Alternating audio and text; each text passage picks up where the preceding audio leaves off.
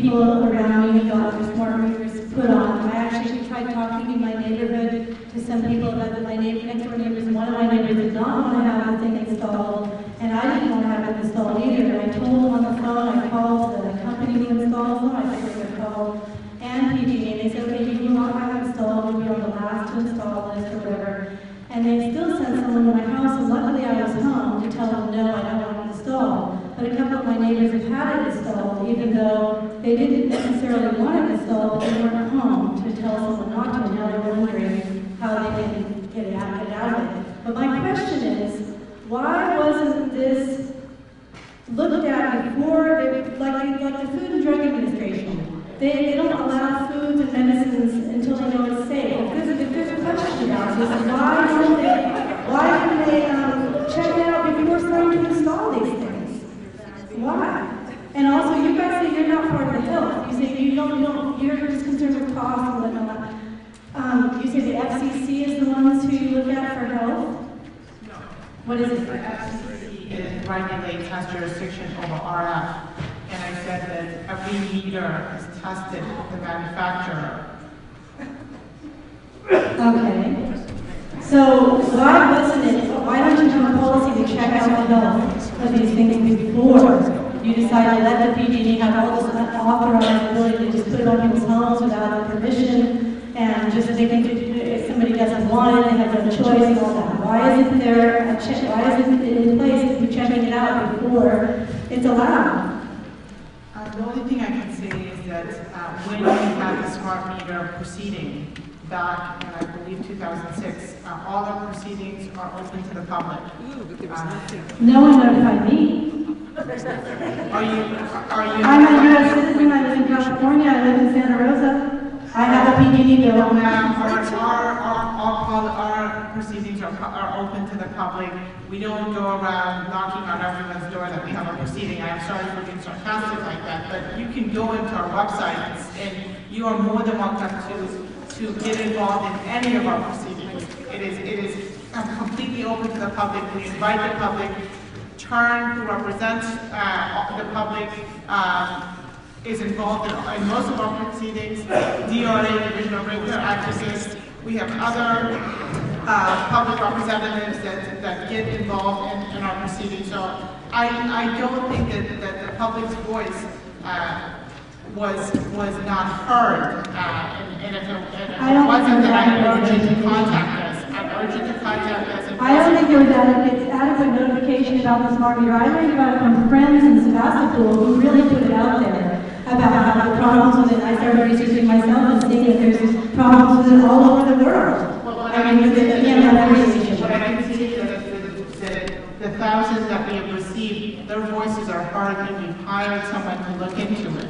We've hired someone to look into all the issues surrounding smart meters. Okay, one more last question. Sabrina, if we could just allow you to... Yeah, sure. Vicky has to leave us because she does have to catch a ferry, so I do want to give her an opportunity to at least say goodbye. I just want to thank everybody for coming, and please check our website at www.turn.org for updates on ways to get involved in the ongoing struggles against PG&E.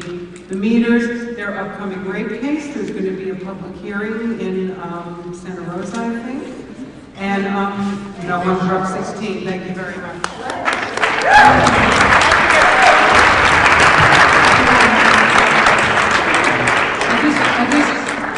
I have a small point of information. The notices that were sent out to customers in their bills said nothing about radio frequency when they discussed the smart meters. There was no discussion of that. We called the CPUC, we had a conversation with people, we had people look through everything. There was nothing in the state bill that says anything about radio frequency. None of us are saying that we will not accept a meter that will feed into the grid. We're saying we will not accept a radio frequency. You did not let us comment on that. That was never an option. Thank you. I kind of know what my next question was, but let the next person go. Thanks, very nice.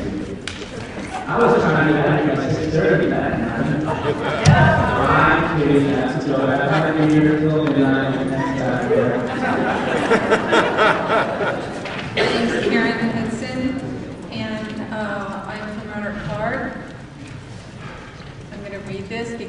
faster if I do.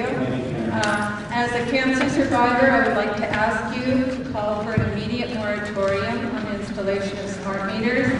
I have sent a letter into your office, for all of Sonoma County. I've collected 259 signatures in my immediate neighborhood in Roanoke Park on petitions requesting a moratorium.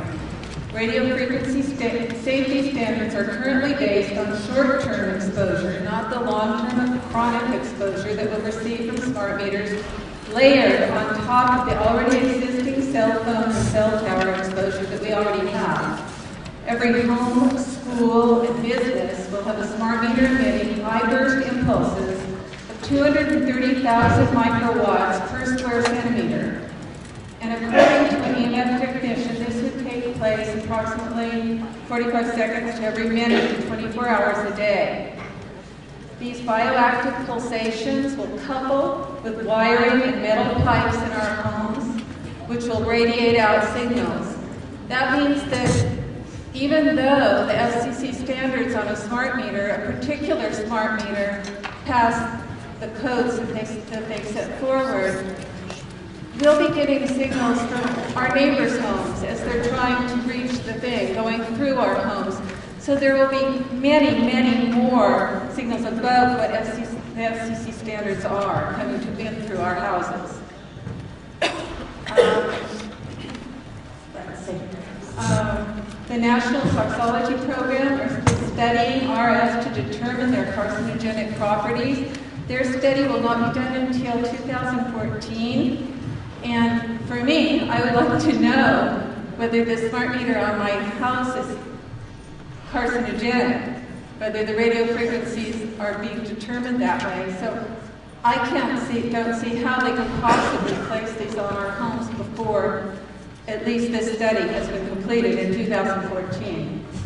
The Bioinitiative Report, the Freiburg Appeal, and a 1927 German study by colloid chemist Ernst Muth document the health effects of RFs at a cellular level. That's back in 1927. Dr. Muth did a study where he placed for 20 seconds with someone next to radio frequencies, and the red blood cells in this person's body formed a pearl-like chain. They readjusted their positioning. Research shows that the effect of electromagnetic radiation on all living things is far below the current FCC standards. These range from insulin, pump interference, miscarriage, altered brainwave activity, DNA damage, to increased risks of many kinds of cancer. Don't allow money to become more important than the health and safety of your customers. Consider the lives that would have been saved if the effects of cigarette smoke and asbestos had been thoroughly studied prior to their usage. There is an alternative. About 2 sentences. Okay? Google has discovered that the fastest broadband is wired fiber optics to the home, which is also secure and harmless. With the infrastructure in place, PG&E meters could report through wires instead of wireless networks. Why haven't you chosen this safe wired option? Thank you. Okay.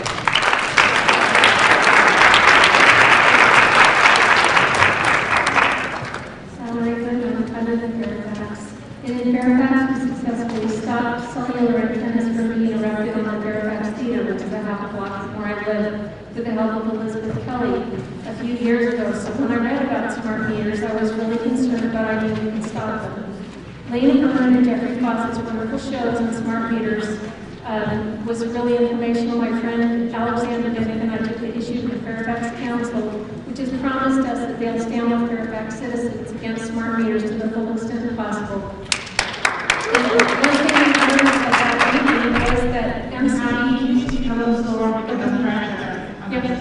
One thing I learned at that meeting was that MCD was going to be using the smart meters as well, and one of our council members who was on that committee said that MCD will be made aware of this problem. And I'm hoping that we can convince our friends and allies in other California communities to join with us in resisting smart meters. So I'd like to know if there is a website where towns, cities, and citizens who would like to resist PG&E smart meters to organize themselves. When we organized against the Patriot Act, we had a website that we could go to, PORDC.org, and it enabled the entire country to organize. I think we need something like that. And then I have two other questions. One is, would the majority of customer complaints go to PG&E instead of the CPUC? So maybe you're not getting very many customer complaints because they're going to PG&E. The other thing is I'd like to know is what agency determined that those 5,000 customers didn't have smart meters? Who are you getting that information from? Because if it's an agency like PG&E, I don't trust them at all. Thank you.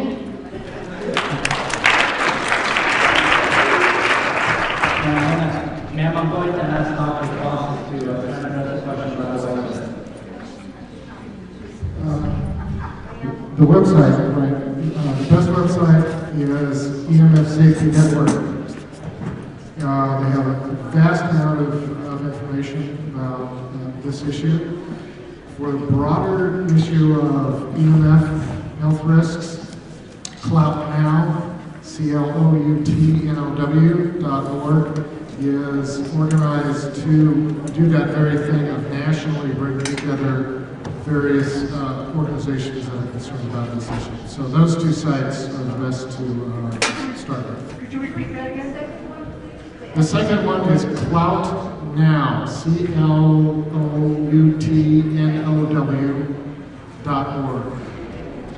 And the first one is EMF Safety Network.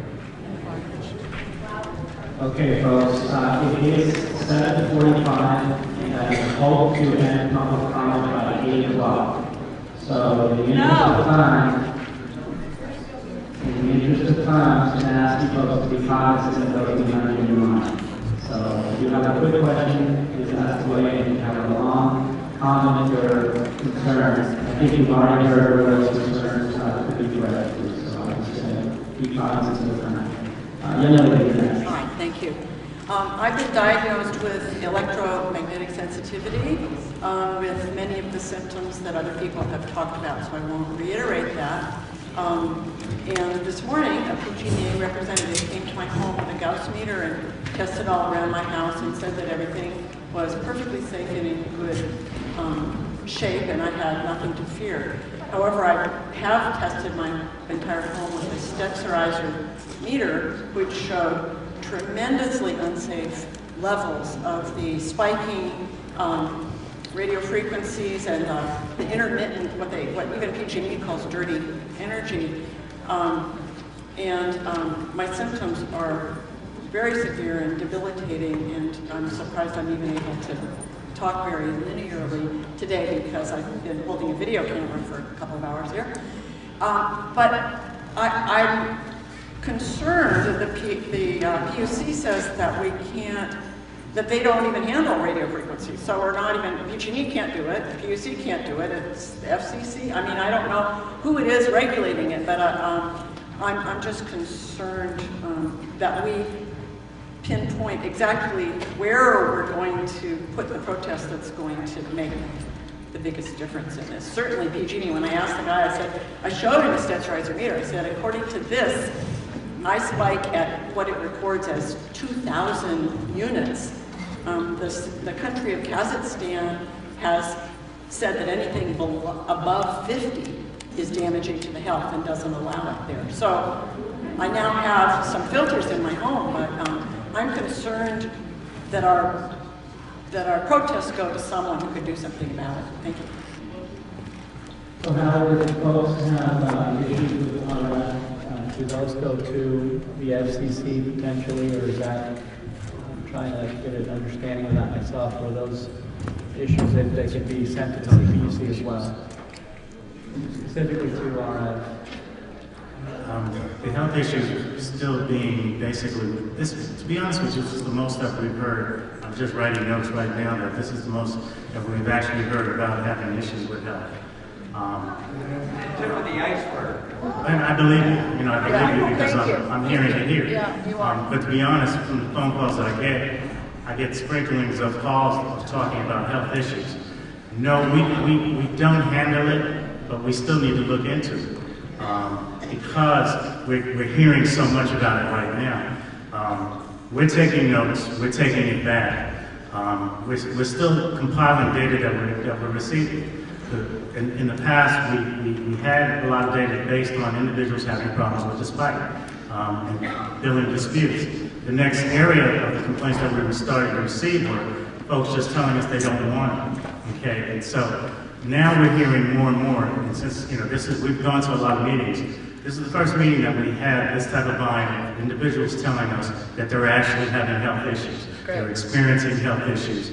So we don't really, I can't say where and how we're addressing it. I don't have an answer to that now, but we are taking that information.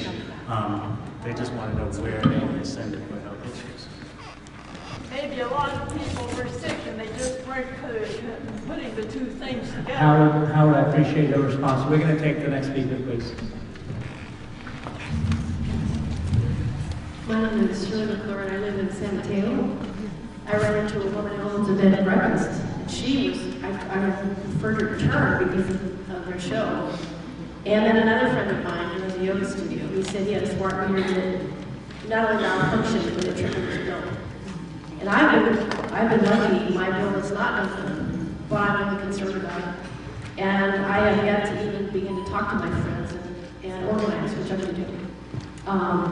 But I also have had a lot of joint stiffness since the meter was installed.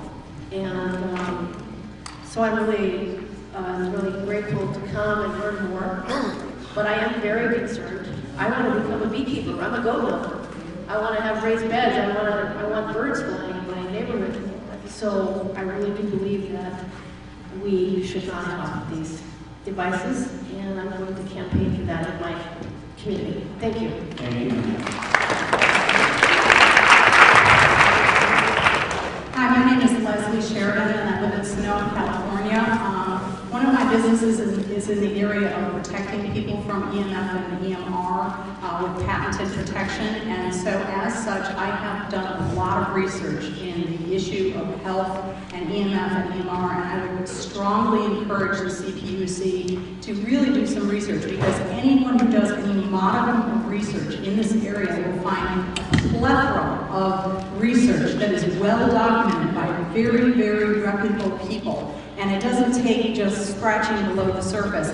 Also, on the side, I have been walking door to door for an energy audit company, and every single house that I have found a smart meter, I have found and heard an earful about double and triple the amount of rates. So that would concur with what other people have said about the issue of the bills. This basically is smart for PG&E, and I just learned tonight that it's the CPUC who is the body that is imposing this upon PG&E, and I would implore you to please go back to the senior management of the CPUC and tell them to stop. As far as the question that some people have asked about what can you do, again, back to the gentleman's quote of Margaret Mead, remember that. We are the people. I would encourage people strongly to involve the media. I write an international newsletter. I'm a pain in the ass activist on the side of my corporate career.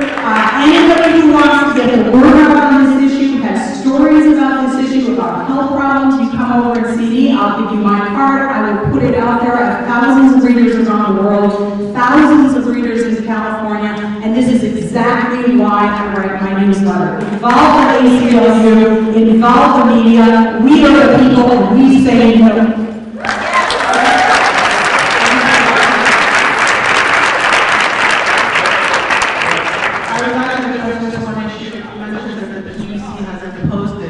I would just say that the PUC had an open process in 2000, and we encourage an efficient use of electricity, of energy. And as such, we had an open process. We approved the utilities request to have smart meters as a step towards a smart grid, as a step towards a process where we build fewer power plants and we have an efficient use of supply. So I feel uncomfortable saying opposed. I would say we approved the process that the utilities requested. Next speaker. My name is Maureen Lilly. I am also sensitive to electrical fields. I've been aware of this for about 35 years. I'm just going to give you a few examples. There's a very nice restaurant in Santa Rosa called John Ash. It's right across the street from a big transformer. I can't eat there comfortably. I've eaten there because people have given me gift cards. I go there and I'm like, right out on High School Road, it's a basketball. There's another one. Every time I drive by, there's up on Fog Road, Santa Rosa. I used to have a friend that lived in that neighborhood. There's high power lines. When we would go for walks, it was the same thing. I had been so stressed by this stuff that I've unplugged my refrigerator and let all my food rot. This is the kind of thing that I've been feeling, not constantly, but off and on for 35 years. When computers first came out, I couldn't be around them because they weren't well shielded. I got an aluminum hard hat. And when I had my first computer, I had to wear my aluminum hard hat. They got better. I don't have to do that anymore. But I've been in shops where they're working on computers, they have to back off, and I have to get out of there. So that's sort of examples. And we have, I've read all this stuff too, but this is what happens to me.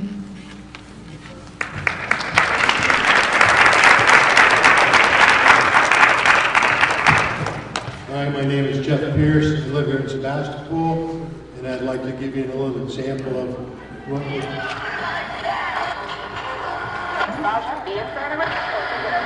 It's all coming in this room right now. We're being bombarded by that. We're being bombarded by cell phones. Maybe you haven't got them open up. Speak into the thing. Sir, stand about this far from the mic, then we can hear you. Thanks. Even the cell phones. People sit in their cars, they think they're protected. The message or the waves come right through your metal car, through your glass windows, come in and get you. It's over and over, this RF thing we're being bombarded with. My concern is, well, I'm getting close to 7 years old, and my meter eventually be turned into one of these smart meters if I could hold them off my gun long enough. But my concern is my meter's right on the other side of my bed. Now, I've already got enough senior moments right now. I don't know what it's from. I was an electrician for 37 years, so maybe I absorbed a little bit of this EMF, whatever you want to call it. But if you could take a little closer look at these smart meters, they're going to be broadcasting in our neighborhoods, all around the country, and our children are going to be subjected to this. And I get concerned. And then what about nature? This colony collapse disorder for our honeybees. What's causing that? We don't know. You know, come on. It could possibly be all this RF stuff that's coming down upon us. So if we could take a closer look at this, I know that smart meter is going to be broadcasting, I think at 440 to 470 megahertz, but it's right in this whole spectrum. So it's one more problem that our creatures out here are going to have to deal with also.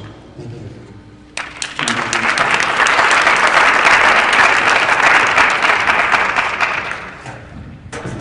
Hello, I'm Tammy Gosnell, and I have a radio show about autism, and I've been researching basically the system. Step back just a bit. Because it's the system, because it's systemic. This has nothing to do with PG&E or even you. This is the system.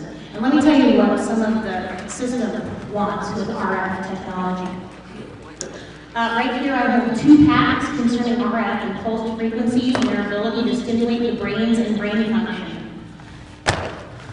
The first one, it's called Apparatus for Producing Visual and Auditory Stimulation.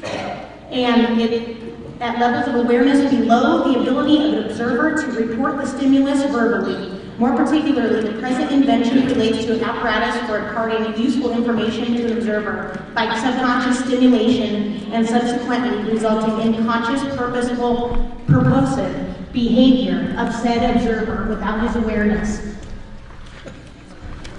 Also, and these are 2 of hundreds of patents that I have found. And when a patent is put into place, that means they're using it. okay?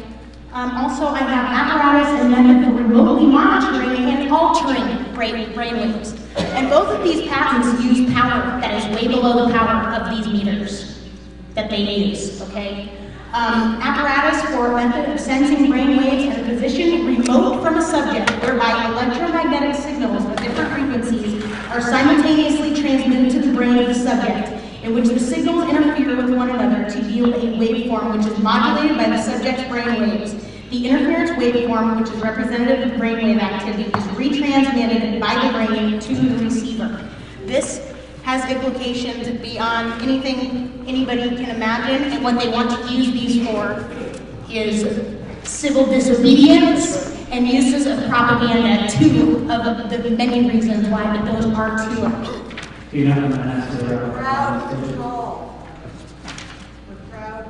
This is another unclassified Army document of the same. Let me just tell you, it's a big Brzezinski. Huge, used to be in the Carter administration, was the top advisor for Obama, and this is what he wrote in his book, Between Two Ages. Power will gravitate into the hands of those who control information.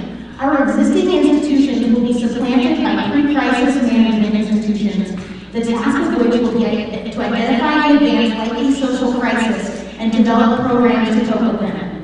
This will encourage tendencies to the next several decades toward a technotronic era, a dictatorship, leaving even less room for political procedures as we know them. Finally, looking ahead to the end of the century, the possibility of biochemical mind control and genetic tinkering with man, including beings which will function like men and reason like them as well, can give rise to some difficult questions, and he's not the only one. And I would like to tell everyone that you can research all of this on your own and you can find it, and it is coming from the very top.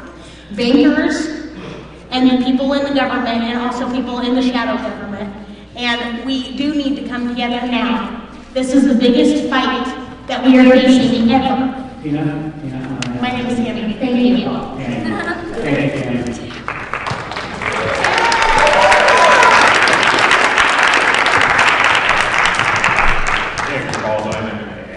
Network architect for a company here in Sonoma County. Sorry, is it too short? Yeah, sorry. I'm a network architect for a company here in Sonoma County. I live in West County as well, and as a security consultant inside my company, and I've worked on the internet for years, worked with it, and watched it grow, and gone through the PCI development with the payment card industry standards relative to finally setting standards on how people pay bills, protect networks, protect our interests, and make sure that we're safe from buying stuff online. This smart grid technology, the way it's currently being deployed, if you look at the security findings on it through the SANS Institute, whether it's IO Active or whether it was what the other person spoke about, currently, just in March, they released an exploit that they use 10-year-old exploit technology to build power to other people's meters around them. We're jumping ahead and deploying a technology that's as early as the internet's infancy, and yet we have no protection that I can see, and I'd like to know what is the PUC doing to ensure that you're addressing the security standards on the back end, not just from the user side. The PUC right now has an open proceeding on smart grid policies and standards that I can tell you if you'd like to be a part of. Right now we have all the consumer advocates party to this proceeding where we're trying to figure out what standards and policies to establish to ensure customer security of customers' own data. So if you want more information, we can certainly provide it to you. Thank you, Marcy. Thank you, James, for your questions and comments. Next speaker, please. Good evening. My name is Leslie Dupaille. I'm from San Francisco, and I'd like to thank all the panelists. The current safety standards. I'm sorry. The current safety standards for EMF radiation is based on a 6'4", 185-pound male. So where does that put children? If that's the criteria for what is considered safe for humans, a 6'4", 185-pound male, our children are much smaller. That means they're not safe. They're not safe from this radiation exposure. children's skulls are much thinner than adults. And so the radiation will penetrate much easier than an adult. Not only that, their cells are multiplying very quickly. And so there's a possibility of damage that can happen during that time when the cells do divide so quickly. So my question is, knowing that that is the standard, how can my child be protected? How can it protect my child?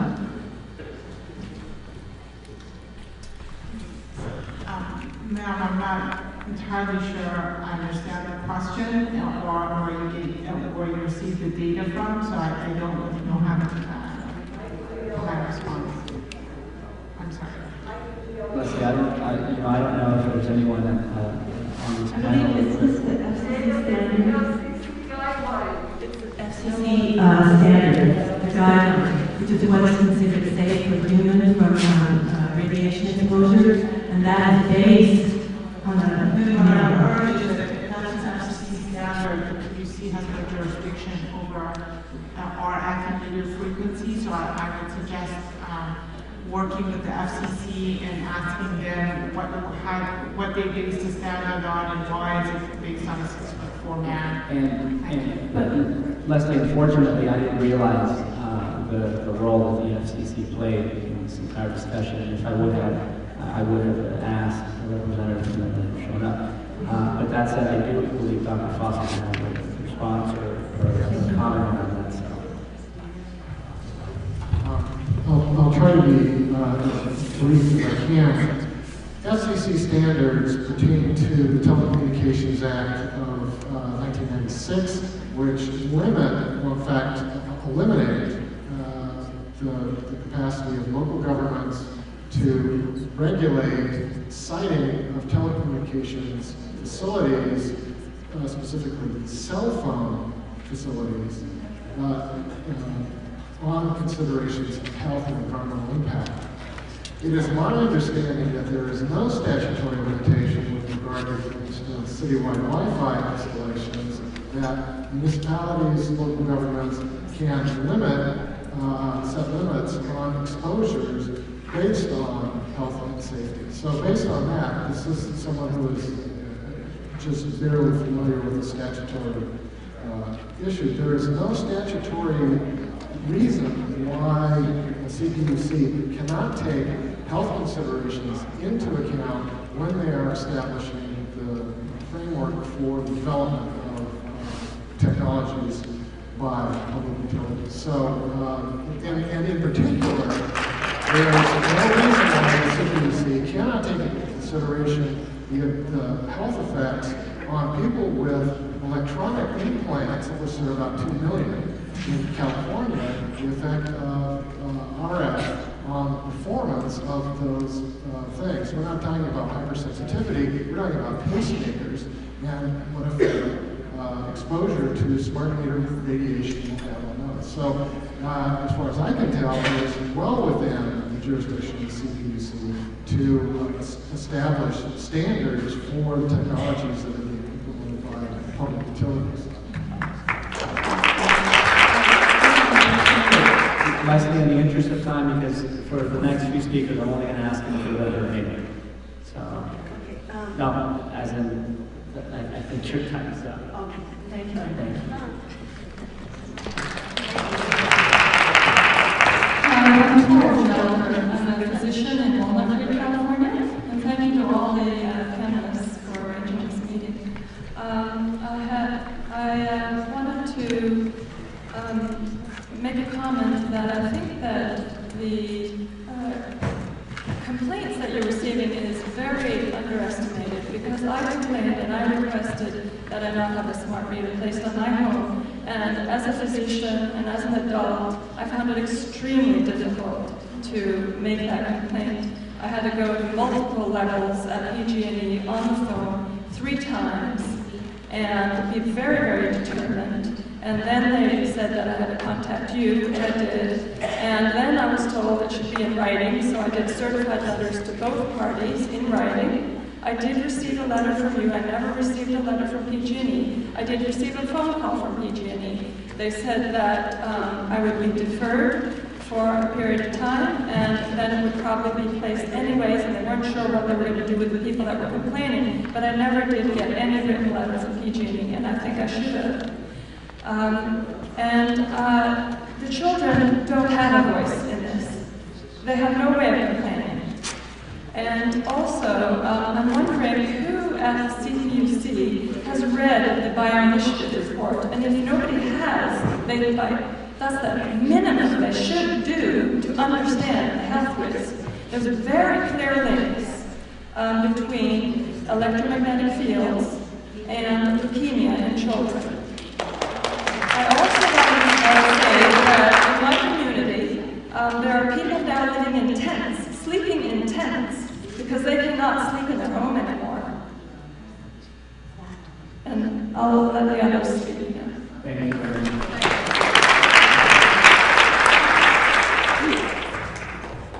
I'm Sandy now. I'm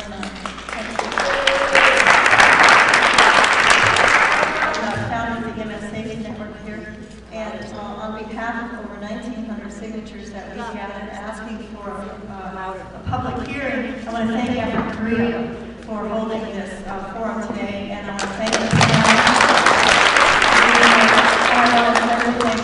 Jim Letty for the hard work, and Susan Upchurch for the work that they've done to bring this together. So thank you.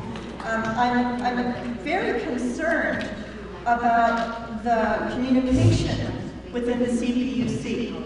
And I say that because I know that over 450 letters, which I consider are complaint letters, have been sent to the CPUC about health reasons, for safety reasons. And you said that you hadn't heard about the safety issue. Well, Efren had sent a letter maybe a month ago mentioning safety concerns. The city of Sebastopol sent a letter. The city of Cotati sent a letter on safety concerns. And PG&E even admitted that there was a problem with GFIs and AFCIs. This is a fire and shock hazard, that the smart meter had interfered with these devices that are, GFIs are required by code. The CPUC authorized, I think it was 1993, authorized prudent avoidance. They authorized the utilities to practice no and low-cost EMF measures. And this is not no and low. This is not a low EMF issue. This is a massive increase on every home. This is different than a radio receiver. These are radio transmitters. These are sending signals. I call them RF bullets. These are split-second RF signals that are coming out of that meter. PG&E has not given us a straight answer on what the frequency is, or what the signal strength is. They have not come clean with what that signal strength is. They've time averaged it.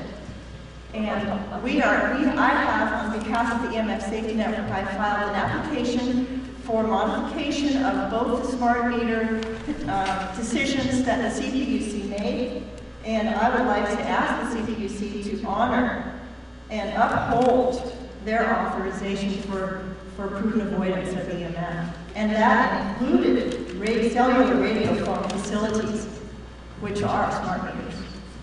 So, thank you very much. San Francisco also has collected 110 opt-out letters, so that puts us at 560 letters that have been sent just on this one issue, on health. So I don't understand why haven't you gotten that information? Well, let me answer this. When we said we received less than 1,000, I think it's about 600 complaints. When we received Efren's letter, I didn't consider that a complaint. He sent a letter voicing a concern, and we have hired an evaluator, an investigator, however you want to call it, to look into these issues.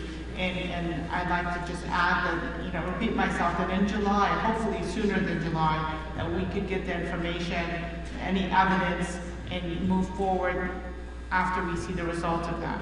I understand you're investigating billing complaints, but what we're asking you to do is investigate health and safety complaints. We're looking at just the billing complaints. I think evaluators looking at the smart meter issue as a whole, and the complaints directly.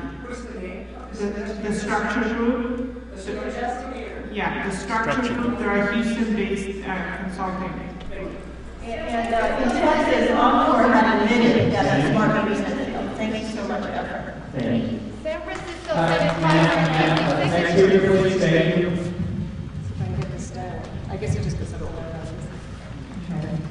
And again, thank you so much for being here and for all of you in the audience who are still here. First, I'm Alyssa Weaver from Sebastopol. I'm a member of the USAP Network, and I'm also an environmental health consultant and educator for over 8 years.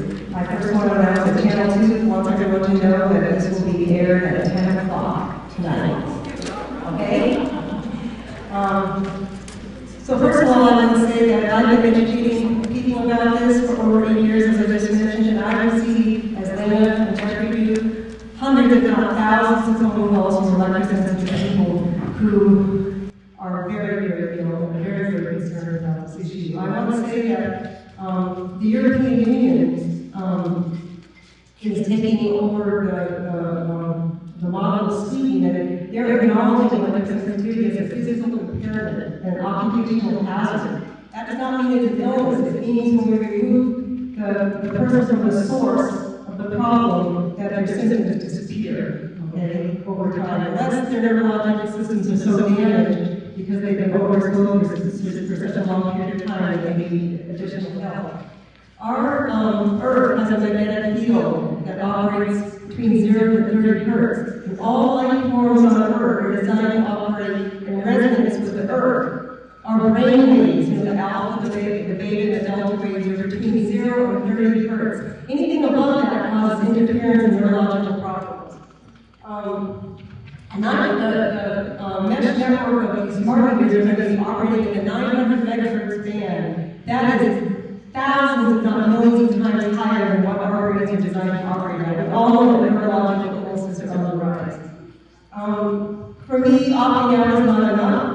I'm electrosensitive, and if I am granted permission to opt out, my neighbors don't, these RF signals travel at the speed of light, and everyone's going to be up to 5,000 antennas that are communicating with each other simultaneously in this mesh network.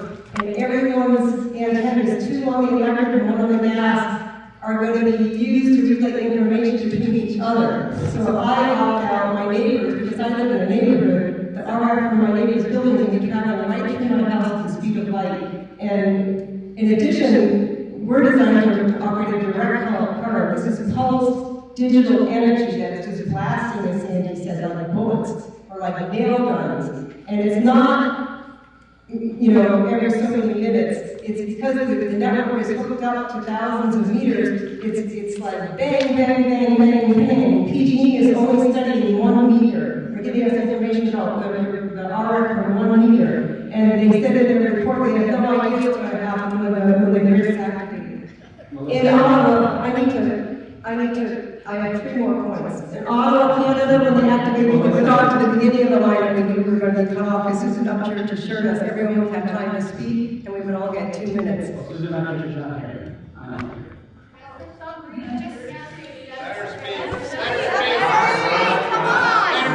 How about if I have 15 seconds? I just have, it's really short.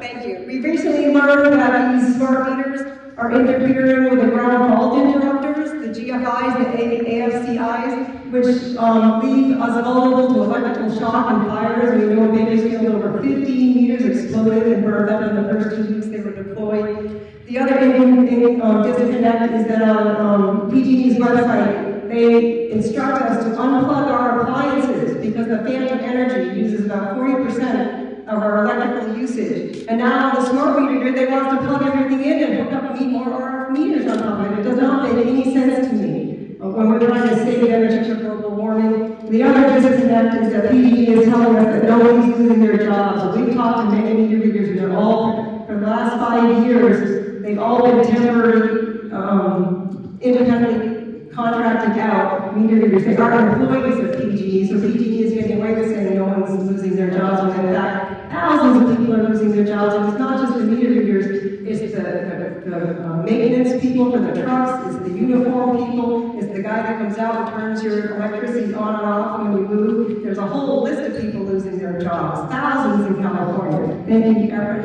and thank all of you. We want to know the scholars now.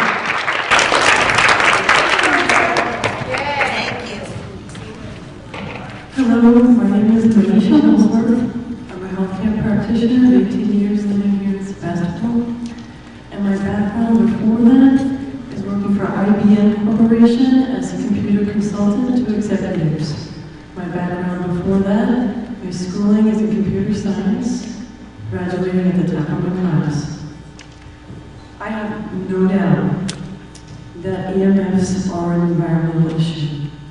What I love about living in Sebastopol is the consciousness that both the environmental community have, the local political representation, and the people on the whole are more educated, more aware.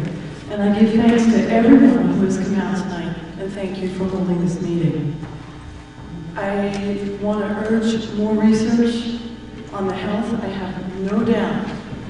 People are saying that people are EMF sensitive. I don't think that's only the case. In fact, I believe I know so from the research and what I've seen doing environmental medicine for 18 years. I think it's going to be more and more of a problem unless it's not stopped. They call them smart meters. They're toxic meters. Okay? This is kind of like listening to the tobacco company years ago. You know, it's like, now let's raise the consciousness before too much damage is done. I urge more research on it and more activism to say, no, we don't want these. These are causing environmental toxicity and toxicity to our bodies and, worst case, to our children. Thank you for your time.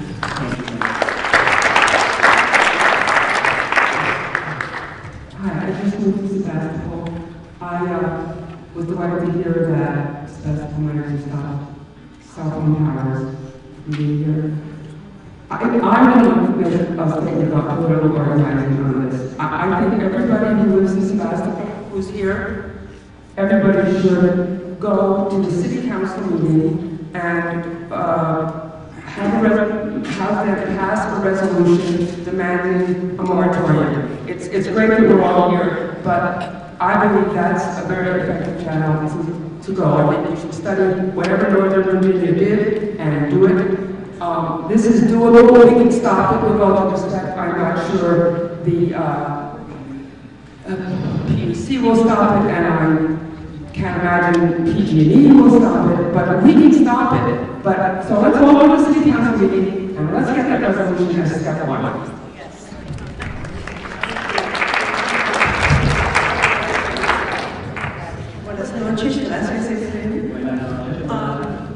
I want to say that I live in Vallejo, although I have a place to stay here in West Sonoma County. The reason I spoke Spanish is because I don't think people in Vallejo have the time or really notified about this whole smart meter business. They're just so busy trying to get on with their lives. I'm not sure how many notifications went out in Tagalog or Spanish or some southeastern languages, and I think that's a very big civil rights issue if we're going to be clogging up our airspace. So that is something I want to address with the CPUC, PG&E, and in all communities. And finally, I guess I've heard from Lena, and we've heard from other people about layer, all these energies, and this is really a huge thing because the president wants a cleaner grid, and it's much bigger than just local. And I think education, again, reaching the communities, it's conservation, and we can do it. But it's reaching out in all these languages, having schools and local groups really getting together on this. Thank you.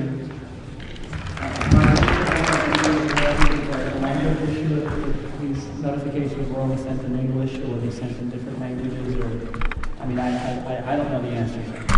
I believe, and I could be wrong, that we were told that these notifications were sent in English as well as Spanish, and I believe Cantonese, but I'm not totally sure on that.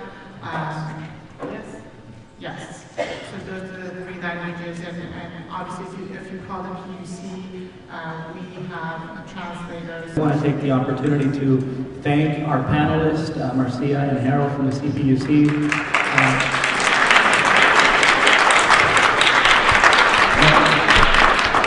Lana and Dr. Fawcett as well for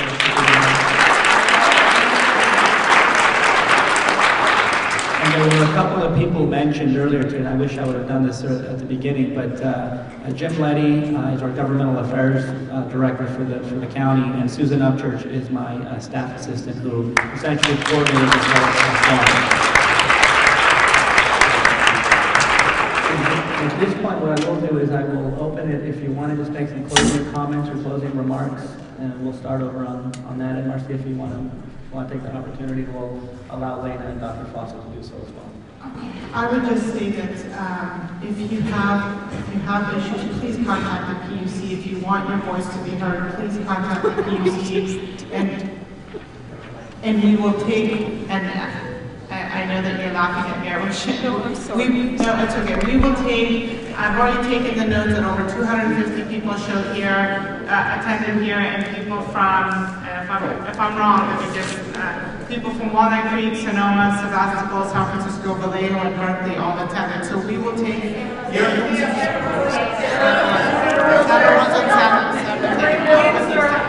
Santa Rosa, San Mateo, Windsor, and Fairfax. Marin County. So I will mention the ones that I just know the ones that were said that these are the concerns that we've heard. I will take that to the PUC senior management. That doesn't mean that you shouldn't call the PUC to voice your complaints. Please do so we can say the number is not 600, the number is 600,000. That's all I'm trying to say. And then we have hired an independent evaluator. Please give that group a chance to evaluate this, to investigate this, to look into this. And once we get the report, that report will be public either through our website, I'm sure through our website. We will also send out a press release. We will send it to Jim Nutty to make sure that you guys get it as well. Thank you, Marcia. Lena, if you want to make some closing I really apologize. I didn't mean any disrespect. The reason I laughed is because I said, you have heard from us. You just did. So, yeah, I know you will. I know you will, and I really appreciate both of you being here and taking the heat. This was a long night. Thank you to all of you. I mean, I'm sorry that it's a diminished crowd to thank, but I really want to thank all of you for being activists. This is really hard work, and I really appreciate the work you're doing. I'm very grateful. It really gives my heart some ease. And in addition, I think Jeff and I were just noting that we've got to get out to the media. This is very important that Channel 2 is here tonight. So we all need to let the media know. Thank you to Mary Beth Brannigan and to Francis Oman for filming tonight's stuff. And again, thank you to Ephraim and to Jim and to Susan and all of you for Sandy Maurer and everybody at the EMF Safety Network. This is the only place in the world I would live.